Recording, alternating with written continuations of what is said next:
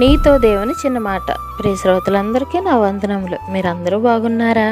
మీరందరూ బాగుండాలని వాక్యం ద్వారా స్థిరపరచబడాలని ప్రార్థిస్తున్నాను.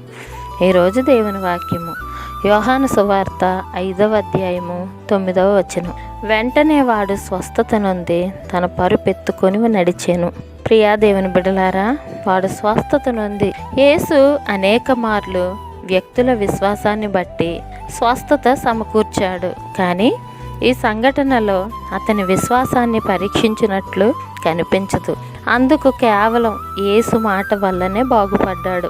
ఈనాడు కూడా క్రీస్తు మీద తమకున్న విశ్వాసాన్ని చూపించకపోయినా దేవుడు వారికి స్వస్థతను అనుగ్రహిస్తూ ఉన్నాడు.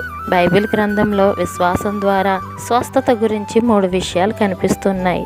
1, స్వస్థత పొందిన వ్యక్తి విశ్వాసం. 2, జబ్బు గల వ్యక్తిని తీసుకొని వచ్చిన వారి విశ్వాసం. 3, స్వస్థతలు జరగడానికి అభిషేకం పొందిన వారి విశ్వాసం. ఇట్లు మీ సహోదరి భాగ్యం. మరణాత షాలోమ్.